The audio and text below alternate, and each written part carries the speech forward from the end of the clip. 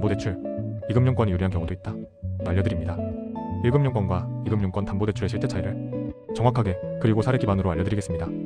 특히 대출 한도 차이, 심사 기준, 토지 특수부동산 취급 여부, 사업자 대출 가능 범위 같은 실전 정보들을 중심으로 정리해드립니다.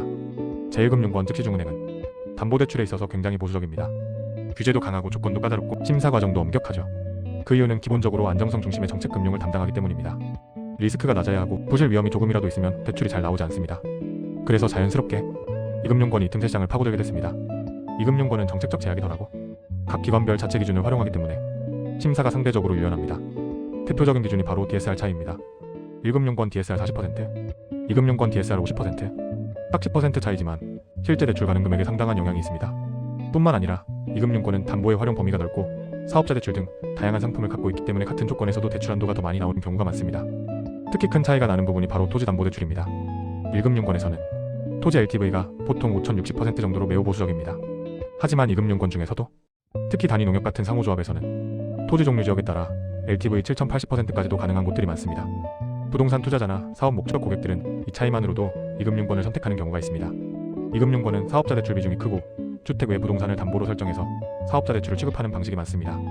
심지어 아파트 담보의 경우 시세의 80% 수준까지 가능한 사례도 존재합니다. 단 반드시 강조드릴 점은 사업자 대출은 용도 증빙이 핵심입니다. 증빙이 확실해야 승인율이 올라갑니다. 1금융권은 주택상가 중심의 보수적 상품 구조이기 때문에 특수부동산은 거의 취급하지 않습니다.